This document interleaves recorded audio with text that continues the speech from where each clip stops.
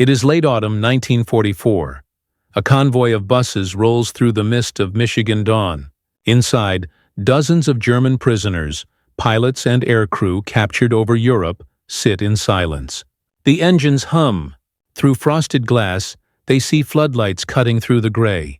Then a shadow appears, an aircraft fuselage. Then another, and another. The buses slow near a vast hangar, its walls echoing with the metallic rhythm of rivet guns. Inside, a B-24 Liberator, its wings wider than a city street, glides forward on rails, followed by another, and another still. The line never ends. The prisoners press closer to the windows.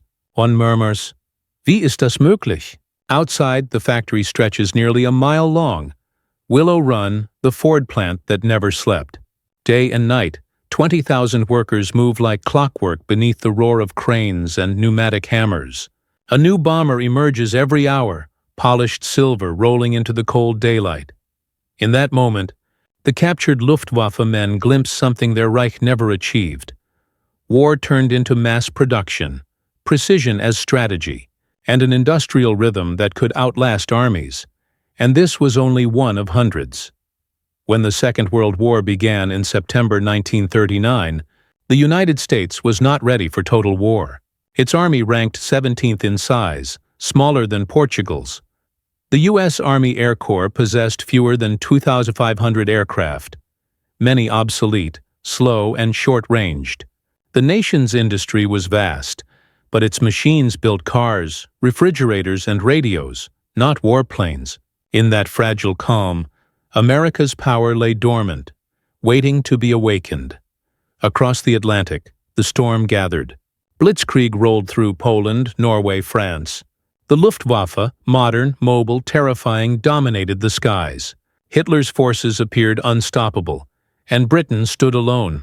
From Washington, President Franklin D. Roosevelt watched with growing alarm. He understood one truth. If the democracies were to survive, they must outbuild the dictators. In December 1940, Roosevelt addressed the nation in his fireside chat, calling the United States the arsenal of democracy. It was not rhetoric. It was a blueprint. The goal, to convert the engines of capitalism into engines of war. Auto plants would forge bombers. Typewriter factories would produce machine guns. Civilian designers would turn their hands to tanks, engines, and propellers. The transformation began quietly. The War Department, under the Army's Chief of Staff George C. Marshall and Air Corps Chief Henry Hap Arnold, began mapping a future where hundreds of thousands of planes would fill Allied skies. They studied assembly techniques, engineering redundancies, and production logistics. In 1940, Roosevelt set an impossible goal: 50,000 aircraft per year. At the time, the U.S. built barely 3,000. But this was a country accustomed to making the impossible work. In Detroit, where steel and sweat mixed with gasoline, the automakers were called upon first. Ford, General Motors, Chrysler, names of peacetime prosperity, were now ordered to produce instruments of destruction. The conversion was brutal.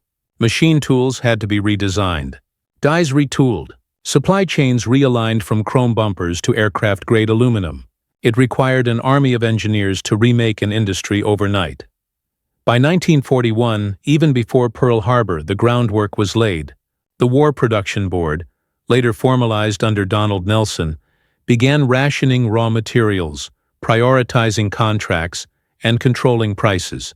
Training centers opened to teach factory workers to read blueprints, calibrate rivet guns, and install engines. America's industrial map was redrawn, not by geography but by logistics. Meanwhile, new aircraft designs poured from drafting rooms. Boeing's B-17 Flying Fortress, Consolidated's B-24 Liberator, Lockheed's P-38 Lightning, North American's P-51 Mustang was still on the horizon. The innovation came faster than the production lines could catch up. Each machine demanded its own tools, fixtures, and skilled labor, a challenge that multiplied as hundreds of subcontractors supplied engines, instruments, and components. Then came Pearl Harbor. December 7, 1941, ignited the machinery Roosevelt had primed. Overnight, The arsenal of democracy roared to life. Civilian factories went dark. Their lights transferred to the plants that built wings, engines, and bullets. The American public, shocked and enraged, threw itself into the effort with a unity no dictatorship could compel. In the months that followed, the aircraft industry expanded at an exponential pace. Entire cities seemed to grow overnight around new plants: Inglewood, Long Beach, Seattle, Fort Worth. The workforce surged from 100,000 to over 2 million. Every hour, new names joined payrolls: welders, riveters, draftsmen, machinists, inspectors. The average worker was no longer a man from the auto floor, but a woman who had never touched a lathe before the war. By mid-1942, the system was running, though still learning. Planes rolled off lines in increasing numbers: trainers, fighters, bombers. Some flawed, some late, but improving with each month. The scale was already breathtaking. 48,000 aircraft in 1942, more than the Axis could dream of matching.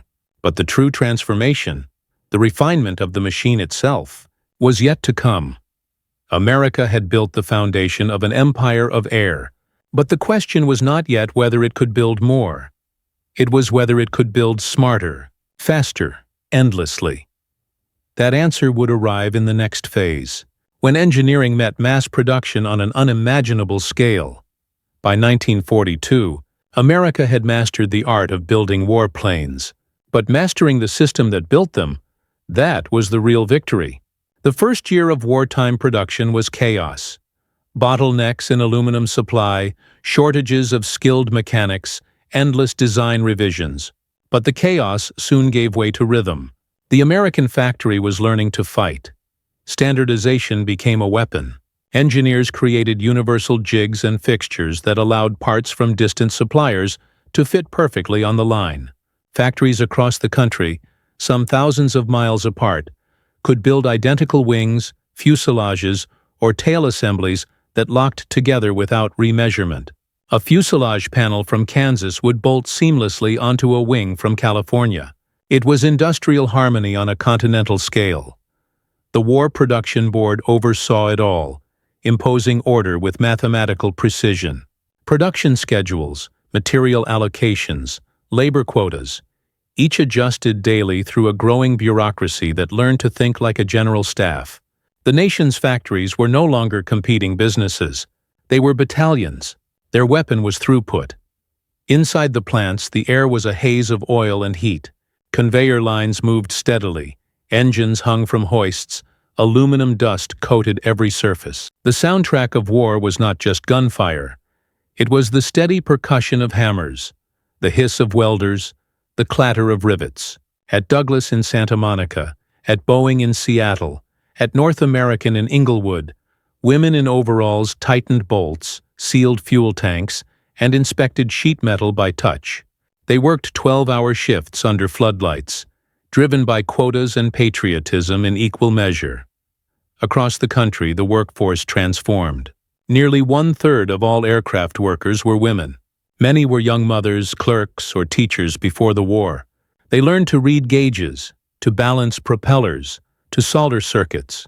For black workers, the war opened new doors, often reluctantly. Segregated factories and unions still fought equality, but the labor shortage forced change. At plants like Tuskegee and Mobile, skilled black welders and machinists proved indispensable. America's promise of democracy now demanded proof in the workplace. Behind them all loomed the logistical network. Railroads hauled aluminum ingots from the Rockies, steel from Pittsburgh, rubber from Louisiana. High-octane aviation fuel, vital for performance at altitude, flowed from new refineries in Texas and Louisiana. Even inland, assembly hubs like Omaha, Wichita, and Tulsa thrived, chosen for their distance from enemy bombers and proximity to resources. In Detroit, Henry Ford's engineers applied automobile logic to war. They built Willow Run, a mile-long cathedral of assembly lines dedicated solely to the B-24 Liberator. Conveyor belts carried bombers nose to tail through stages of completion. Subassemblies arrived on rail cars directly to each station. At peak, a finished bomber rolled out every 63 minutes. Ford's vice president, Charles Sorensen, once said, "We are building an airplane the way we build an automobile." It was no longer metaphor. It was reality. The numbers tell the story. In 1942, America built 47,800 aircraft. In 1943, that number doubled. By 1944, it reached its zenith, 96,000 aircraft in a single year. No nation in history had produced machines of war on such a scale. Each required tens of thousands of parts, each part tracked, inspected, assembled, flown.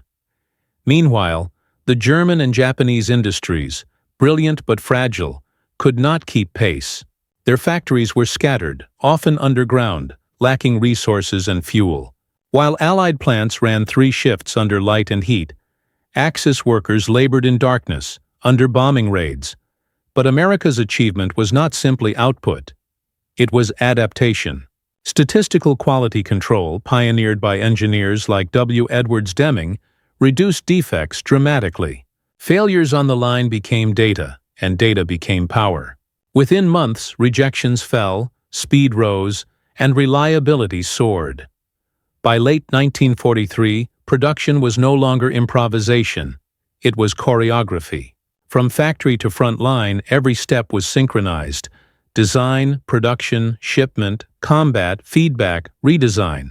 The system was alive, and as 1944 dawned, it would reach its most extraordinary test, the moment when industrial momentum collided with the air war itself. 1. The human angle. The hands that built the sky. In the cavernous hangars of Boeing, Lockheed, and Ford, the war was fought not by soldiers but by civilians in denim and grease. Millions of ordinary Americans traded office pens and farm tools for drills and rivet guns. The war's pulse beat through factory whistles and lunch bell sirens. They worked in shifts that never ended. 3 rotations, 24 hours a day. On the nightline, women riveters leaned over aluminum frames, hands raw, goggles fogged with sweat. They carried photos of sons or brothers fighting in Europe, taped above their workstations as silent vows to keep producing. The phrase "Rosie the Riveter" became an icon, but the truth was harder, grittier. Many women faced hostility from foremen unused to female workers. Some were dismissed the moment peace seemed near. Yet for those years, they built faster and with fewer errors than anyone expected. At Willow Run, 40% of the workforce was female. At Douglas in Santa Monica, entire night crews were women. They welded, wired, riveted, inspected, and then they trained the next shift before heading home to ration books and empty kitchens. For Black Americans, the war industry was both opportunity and injustice. The Fair Employment Practices Committee, established under Roosevelt's order, forced factories to hire without racial exclusion. At North American Aviation, tensions flared when black workers were initially barred from skilled positions. Protests and advocacy led to gradual openings. By 1944, thousands of black mechanics, welders, and sheet metal specialists worked across the country, though often in segregated departments. They too asked for no glory, only fair pay, safety, and the belief that democracy at home matched democracy abroad. The human cost of production wasn't measured in blood, but fatigue, hearing loss, and repetitive strain. Yet morale remained astonishingly high. Posters urged, "The quicker it's built, the quicker they'll come home." Every rivet became a promise. The technological angle, engineering, the impossible, the American aircraft industry of the 1940s was a cathedral of precision. Beneath its noise and dust lay mathematics, metallurgy, and method. The challenge was not merely to build planes, but to build them in such numbers that each one performed as reliably as the last. The key lay in standardization and innovation. New alloys reduced weight without sacrificing strength. Aluminum sheet replaced fabric wings. Self-sealing fuel tanks saved lives. Turbo superchargers gave engines the power to climb above flak. At Packard's Detroit plant, engineers worked under license from Rolls-Royce to mass-produce the Merlin engine, the heart of the P-51 Mustang. They redesigned British blueprints to suit American tooling tolerances, transforming a handmade marvel into an assembly line masterpiece. The result: tens of thousands of engines with identical precision, built at a fraction of the time. Everywhere, technology blurred the line between craftsmanship and science. Jigs, gauges, and templates ensured consistency. The Wright Cyclone and Pratt & Whitney radial engines were built with tolerances smaller than a human hair. Entire systems of inspection evolved to detect microscopic flaws invisible to the naked eye. But perhaps the greatest innovation was scale. Engineers didn't just design aircraft, they designed factories that could build aircraft faster than the blueprints could change. Modular subassemblies, mobile cranes, conveyor-fed assembly lines, all hallmarks of automotive genius, were reimagined for aviation. At Ford's Willow Run, over 1 million square feet of floor space became a living organism. Parts moved like blood through arteries of steel. Engines arrived on overhead conveyors. Wing panels flowed on dollies. Each worker touched their station, then moved on. The process relentless, the rhythm almost musical. Technology had become a strategy.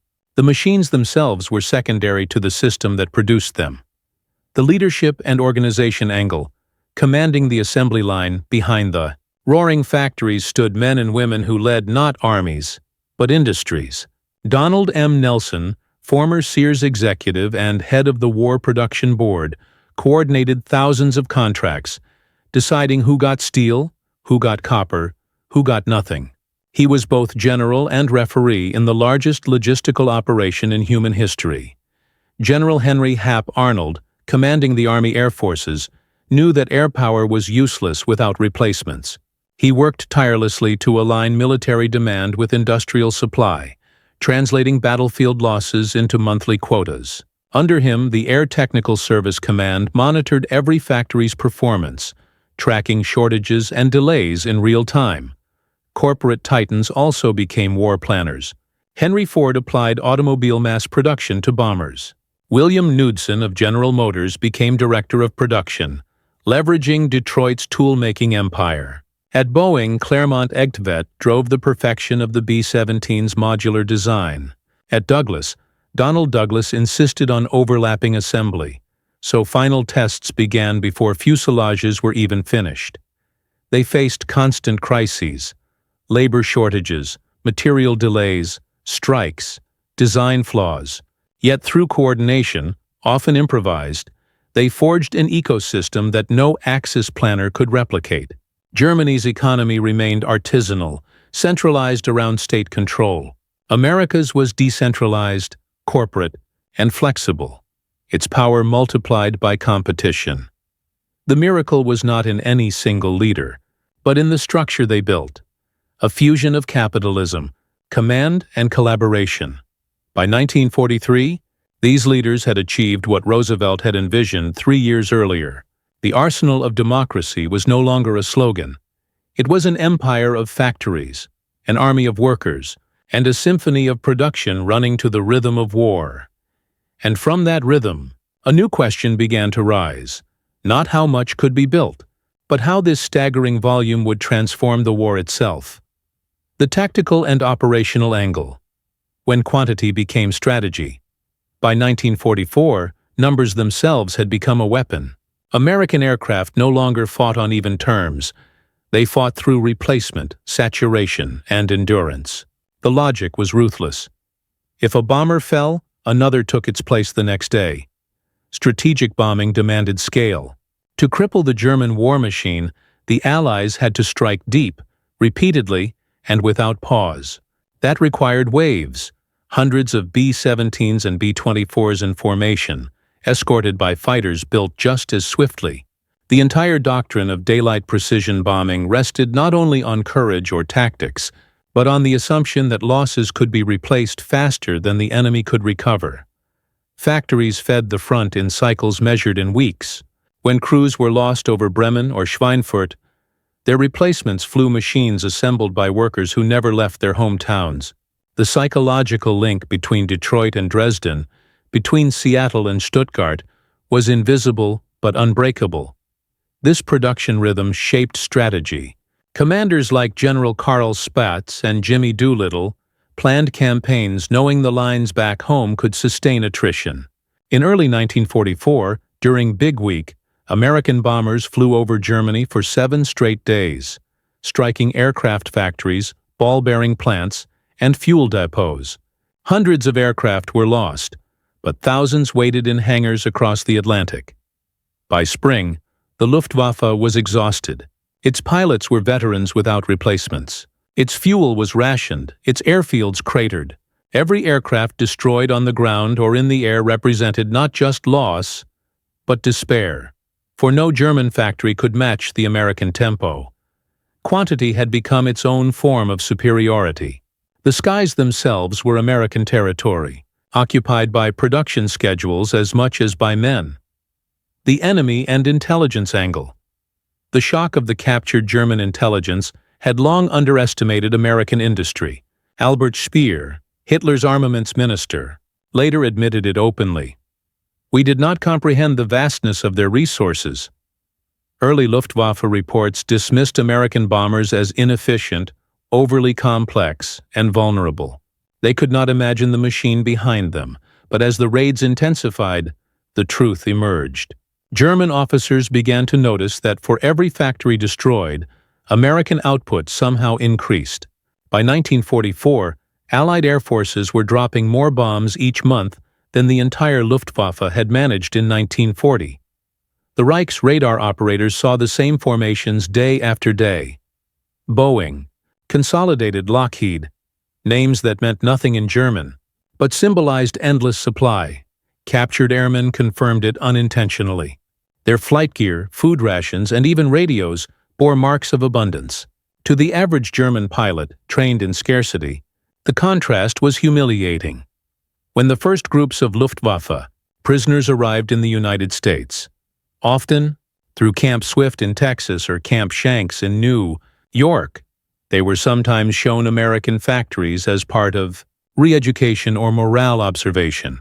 What they saw defied their understanding of industrial war. Rows of women riveters operating drills faster than any trained craftsman in Germany. Conveyor lines stretching farther than their eyes could follow. A finished aircraft every hour, sometimes less. One German officer later recalled in an interrogation, "In Germany, a bomber was a masterpiece. Here it was a product."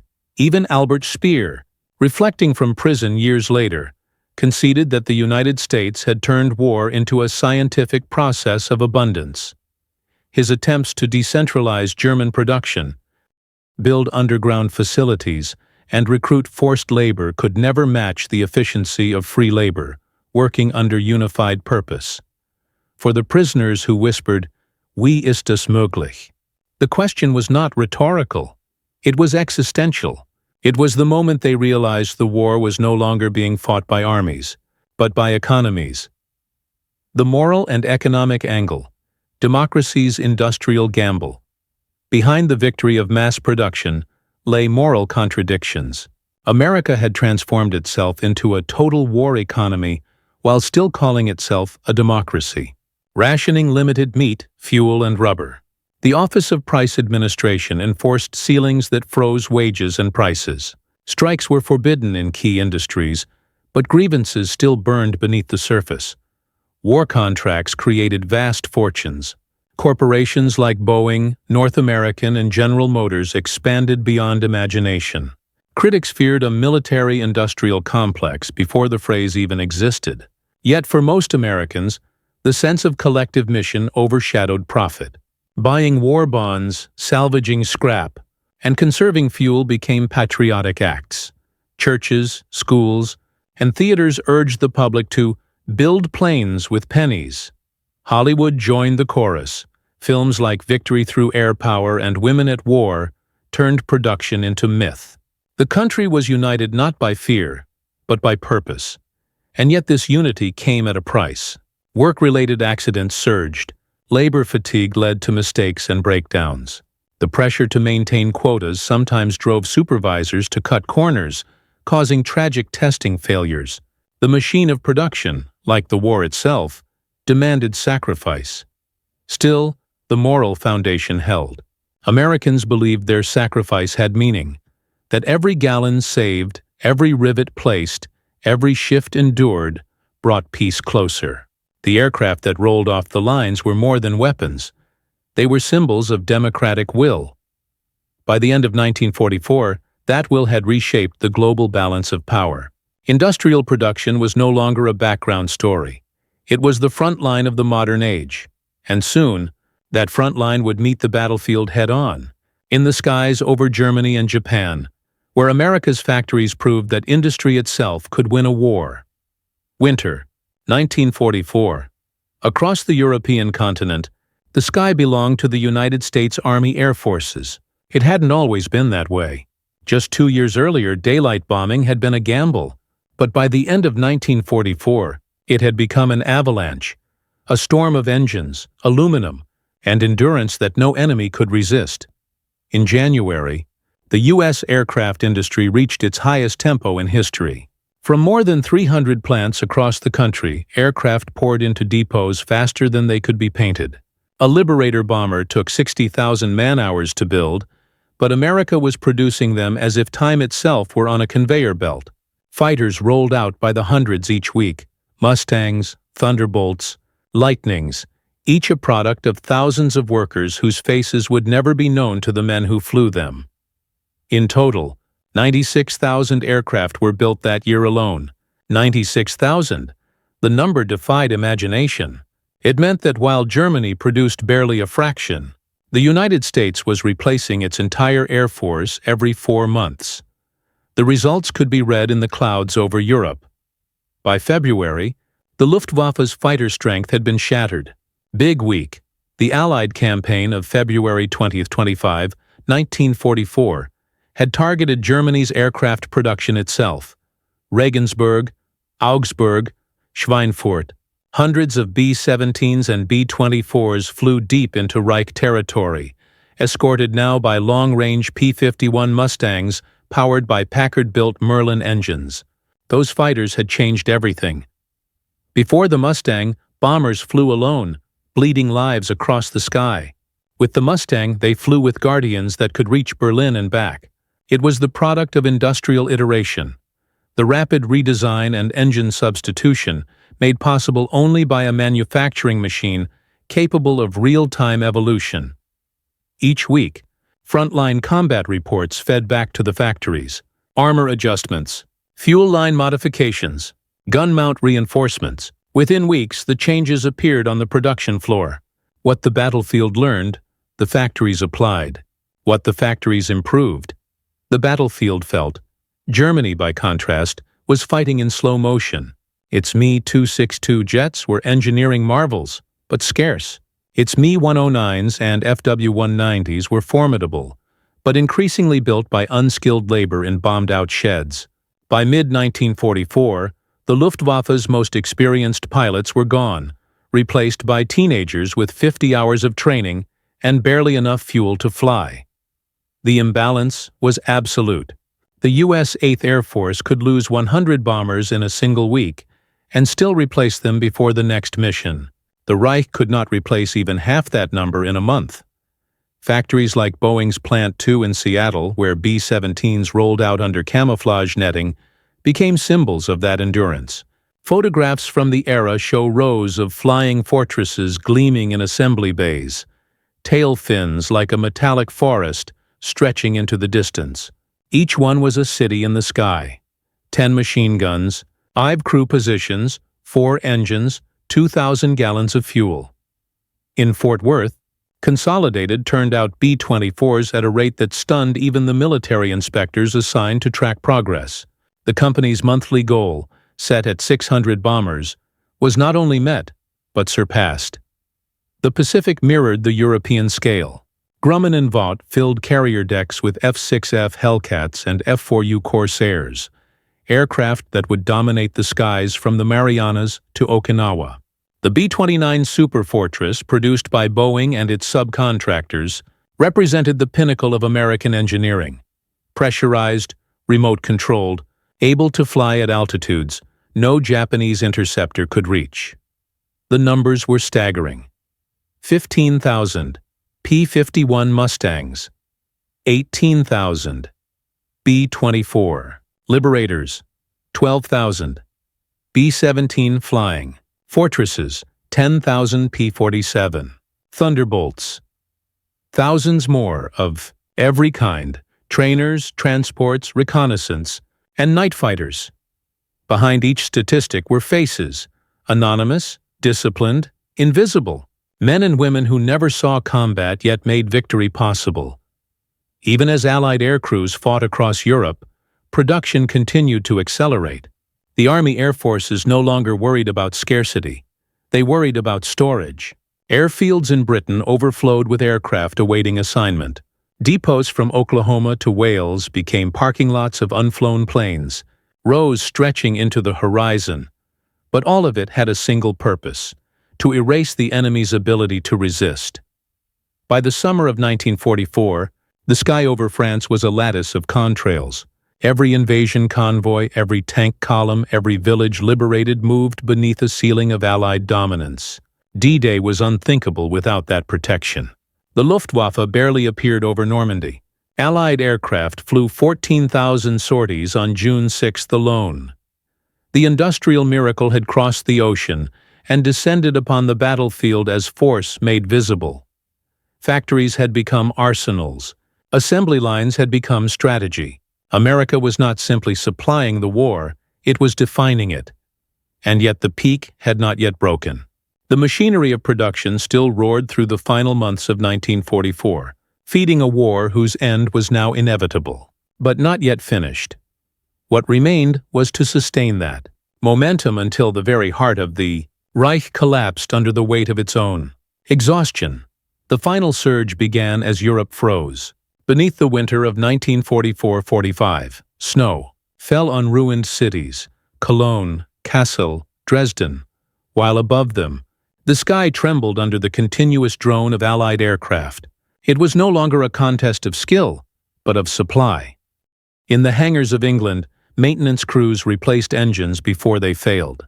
Spare parts arrived in wooden crates stamped with names of towns the airmen had never heard of: Dayton, Wichita, Tulsa, Inglewood. Every bolt, every valve came from a continent still awake across the Atlantic. The U.S. home front had become a living organism, pulsing with steel and oil, feeding the war hour by hour. By January 1945, Allied air forces had complete freedom of movement. Railways, bridges, and oil refineries inside Germany vanished beneath waves of bombers. The Luftwaffe tried to rise. Once, twice, but fuel was gone, pilots dead, training schools empty. Every fighter lost took weeks to replace, every pilot months to train. America replaced both in days. Factories no longer struggled to meet quotas. They exceeded them. Boeing, Douglas, North American, and Lockheed delivered more aircraft than the air forces could immediately use. Parking lots around U.S. bases filled with unassigned fighters waiting for shipment. At the same time, crews in Europe watched replacement planes arrive on schedule, their serial numbers so recent that the paint still smelled fresh. The industrial loop had reached perfection. Combat reports wired back from Europe were incorporated into design tweaks within weeks. When bombers reported engine overheating, new cooling vents appeared on the next production batch. When Mustang pilots requested greater ammunition capacity, engineers modified the wing route to fit extra rounds. The war's evolution was no longer limited by time. It was automated. In Berlin, Albert Speer's reports grew grim. Allied bombing had cut German aircraft output by half. Underground assembly lines struggled with shortages of aluminum and skilled labor. To fill the gap, the regime turned to forced laborers, starved, beaten, and untrained. Their hands produced aircraft that could barely fly. The contrast was total. In Kansas, women workers received weekly safety briefings and medical care. In Germany, slave laborers collapsed beside their machines. One system built through will, the other through fear. By the spring of 1945, the difference was measurable in the sky. At its height, the U.S. Army Air Forces flew more than 70,000 combat aircraft across all theaters: Europe, North Africa, the Pacific, China. Thousands more trained pilots or transported supplies. Replacement was no longer a miracle. It was expected. A pilot shot down over the Ardennes could be back in a cockpit within weeks, flying a brand new machine from a line that never paused. The airfields of England were the visible edge of that machine. Coastal bases like East Anglia, Thorpe Abbotts, and Bassingbourn pulsed with motion. Each morning, engines started in unison, hundreds of bombers rolling to takeoff points marked by chalk lines and fuel drums. The ground crews worked through sleet and darkness, their tools wrapped in rags to keep from freezing to bare hands. And overhead, the formations thickened, silver streams against gray clouds, layer upon layer until the horizon blurred into metal. German civilians began calling them Luftmeer, seas of air. For those below, the sight was both awe and terror.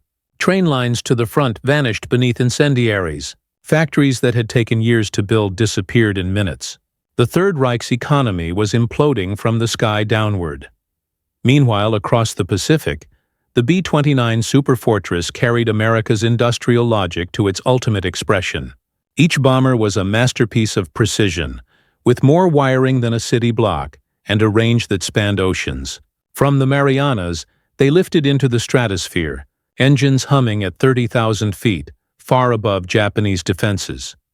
Every component of those aircraft, every screw, bearing, and fuse, was a testament to the unseen millions behind them. The same conveyor belts that once built family sedans now assembled the bomb bays that leveled Tokyo. By the spring of 1945, the war's end was written not on battle maps, but in ledgers. Allied aircraft losses were high, over 88,000 planes destroyed, but each one had been replaced, repaired, or reimagined. Germany and Japan had no replacements left to give. Their skies were silent except for the echo of engines they could no longer build. In April, as American forces crossed the Rhine and Soviet tanks closed in on Berlin, a final wave of bombers struck what remained of the Reich's infrastructure. Oil depots burned for days. Rail yards melted into black glass. The war had come full circle, from Roosevelt's promise of the arsenal of democracy to its ultimate proof, the enemy's total paralysis. When the surrender came in May, the skies cleared for the first time in years. American aircrews looked down at a continent of smoke and ruins. They understood what had made victory possible. It wasn't only courage or tactics. It was the factory floors of Michigan, the assembly lines of California, the hands of women who riveted wings in the night. The final chapter of this story would not be written in the roar of bombers, but in the silence that followed, the reckoning of what such power had cost, and what it would mean for the world that came next. The guns fell silent in Europe on May 8, 1945. The war that had begun with cavalry charges and biplanes ended under clouds of contrails. Across airfields in Britain, France, and Germany, American bombers stood wingtip to wingtip, thousands of them gleaming in the sun, engines quiet for the first time in years. The war of machines was over, but the machines themselves were everywhere. The United States had produced more than $300,000 aircraft between 1940 and 1945. Factories that once ran 3 shifts a day now faced an empty future. Orders were canceled overnight. Willow Run, which had built nearly 9,000 B-24 bombers, began dismissing workers by the thousands. Douglas, Boeing, and Lockheed all slowed their lines to a crawl. Hangars that once thundered with production fell silent, echoing with the metallic ghosts of a vanished urgency. Yet, for a brief moment, America's industrial might had achieved something no other nation had ever matched: the transformation of a civilian economy into a war engine capable of building victory itself. For the men and women who had labored without rest, demobilization brought mixed emotions. Relief, yes, but also loss. The purpose that had filled their lives vanished as swiftly as the contracts. It felt like turning off the sun, one Willow Run worker later recalled. We went home and didn't know what to do with the quiet. Millions of veterans returned to find the world changed. The skills of wartime found new homes. Women welders became engineers, mechanics opened workshops, and aircraft technicians built the foundation of the post-war aerospace age. The GI Bill opened universities to a generation that had built the tools of war, and now sought to build the peace. The material aftermath was staggering. Airfields across the world overflowed with surplus planes. Perfectly serviceable fighters and bombers were parked in endless rows, engines drained, tires deflated, waiting for buyers who never came. In Arizona, the desert became a graveyard of aluminum. Bulldozers crushed aircraft by the thousands, melting their remains into peacetime commodities, pots, pans, and automobiles. For the military, the shift was just as abrupt. The U.S. Army Air Forces, swollen to more than 2 million men at war's end, shrank rapidly. But even in reduction, it was clear. Air power had become the defining arm of modern warfare. The experience of mass production, global logistics, and technological acceleration would form the backbone of the coming Cold War. Meanwhile, the economic conversion tested the nation's balance. Wartime production had fueled unprecedented employment and prosperity. Peace now demanded restraint. Many feared a return to depression. Yet the factories adapted once again. Detroit returned to building cars. Boeing and Douglas pivoted to airliners. General Electric and Pratt & Whitney turned their wartime engines into commercial power plants. The very systems that had once produced bombers now produced refrigerators, farm tractors, and the first generation of civilian aircraft. America's economy didn't collapse. It expanded. The same efficiency that had built the arsenal of democracy now underpinned the consumer boom that defined the 1950s. Still, the memories remained raw. Workers who had labored through exhaustion spoke of the night shifts, the heat, the noise, the endless quotas. Many carried hearing damage, lung conditions, or injuries hidden by patriotism. The war had ended, but its echo lingered in the bones of those who had kept the lines moving. And beneath all the triumph, there was something deeper, an awareness of power and consequence. The same industrial force that had defeated tyranny could, if misused, destroy the world it had saved. In the factories of peace, the sound of the rivet gun still carried a shadow of the bomber's roar. As the smoke cleared from Europe, a new front began to take shape. Not of nations in combat, but of ideologies, economies, and machines.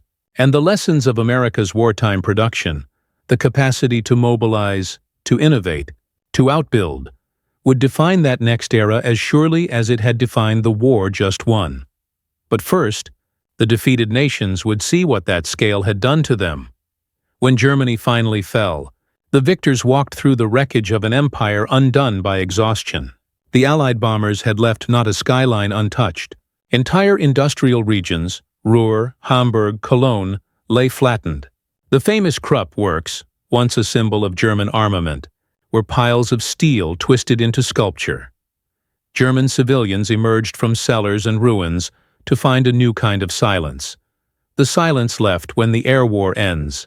For years they had lived beneath a mechanical thunder that never stopped. Now the skies were empty, yet the hum of phantom engines lingered in their minds. Captured Luftwaffe officers, now prisoners of the Americans, began to grasp the scale of what they had faced. Some were shown photographs of U.S. factories, others transported past them. In memoirs written later, several described the same reaction: disbelief, then resignation. One pilot remembered staring at the Willow Run assembly line, whispering, "Das ist keine Fabrik, das ist eine Nation." That is not a factory, that is a nation. Albert Speer, writing from Spandau prison, called it the victory of organization. He admitted that Germany's genius for design had been no match for America's genius for production. The Third Reich had built wonders, the V-2 rocket, the jet fighter, but they were singular, handmade, irreplaceable. America had built simplicity in abundance, a power that needed no miracles. The effects of that power were everywhere. Allied air superiority had shaped every major campaign after 1943. During the Normandy invasion, Allied aircraft flew over 14,000 sorties a day. In the Battle of the Bulge, air support shattered German counterattacks once the weather cleared. In Italy, in the Balkans, over the Atlantic, mass-produced aircraft patrolled, bombed, and escorted with mechanical inevitability. The same pattern repeated in the Pacific. The Empire of Japan, whose aircraft industry had been limited by raw materials and manpower, collapsed under the pressure of America's endless output. Carrier groups sailed with air wings that could be replenished from factories before they reached the next island. By 1945, Japan had fewer than 1,000 operational aircraft left to defend the home islands, and then came the B-29s. Built at a cost of $3 billion and powered by the full weight of American industry, they struck the Japanese mainland with impunity. When atomic bombs fell on Hiroshima and Nagasaki, they were delivered not only by advanced science, but by a production empire capable of building a weapon of that magnitude and the aircraft to carry it. What had begun in 1940 as a gamble, a call to produce $50,000 planes a year, had ended in an industrial revolution that redrew the map of global power. The war's victors had proven that democracy could mobilize with a discipline once thought unique to dictatorships. The very factories that the Axis had dismissed as inefficient had built the war's final verdict, but the triumph carried a paradox. In conquering the limits of production, humanity had come closer than ever to mastering destruction. The same techniques that produced bombers now promised jets, rockets, and nuclear delivery systems. Peace had inherited the full momentum of war. In Europe's ashes, the Marshall Plan began. Another mobilization, this time for rebuilding. American machines returned not as conquerors, but as architects. Equipment once used to forge wings now built bridges. The surplus aluminum of bombers became homes and appliances. Factories that had turned night into firelight began turning darkness into electricity. Germany and Japan, stripped of war industries, would later rebuild under the very industrial principles that had defeated them: mass production, standardization, efficiency. The lesson of the arsenal of democracy became global. And yet, in quiet moments, veterans and workers alike returned to one haunting image: the stunned faces of captured German pilots, staring at the endless lines of American bombers rolling into daylight. For them, that sight had marked the war's true turning point. They hadn't lost to a single battle or general. They had lost to a nation that built faster than they could destroy. And in that realization, the age of industrial warfare had closed its first, and perhaps only, chapter. When the war finally ended, the engines stopped, but the rhythm of industry kept echoing, quietly, invisibly, through every generation that followed. The miracle of American production had done more than win a war. It had rewritten the limits of what nations could achieve when united by necessity and belief. The German prisoners who once stared through the bus windows at the mile-long factories weren't simply witnessing an assembly line. They were witnessing the future. The birth of a world where wars would no longer be fought only by soldiers, but by systems, logistics, and the unrelenting precision of machines. America's power had not come from steel alone, but from coordination, a symphony of free enterprise, government planning, and ordinary citizens who believed their labor mattered. That belief, multiplied by millions, became something no enemy could measure or bomb away. Yet the victory carried weight. It taught that progress could save, but it could also overwhelm. The same methods that built B-24s and P-51s would soon build jet bombers, missiles, and nuclear arsenals. Industrial genius had crossed a threshold. It could defend the world, or destroy it. Still, in those final months of 1945, the world paused long enough to recognize what had been accomplished. Out of farms and cities, out of fear and determination, an open society had forged a machine that rivaled the scale of war itself, and won. For the Americans who built the planes, and for the Germans who saw them roll endlessly into the light, the question whispered in that Michigan dawn, "Wie ist das möglich?" was never fully answered. Perhaps it wasn't meant to be, because the true answer wasn't in the machines, but in the people, ordinary hands that turned bolts, drew blueprints, and refused to stop until the skies themselves changed color. And in that quiet triumph of will and imagination, the 20th century was reborn, not as an age of conquest, but as an age of capacity, an age born from the thunder of 96,000 planes. If you found this story as staggering as those German POWs once did, the story of how ordinary people built the sky itself, then help keep history alive. Subscribe to the channel for more cinematic, fact-driven documentaries from World War II's hidden front lines, the factories, the mines, and the decisions that shaped the modern world. Like this video if you believe history should be told through the people who built it, not just those who fought it.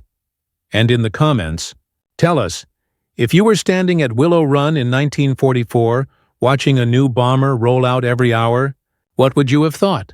Because sometimes the greatest battles in history were not fought with guns, but with wrenches, rivets, and relentless human will.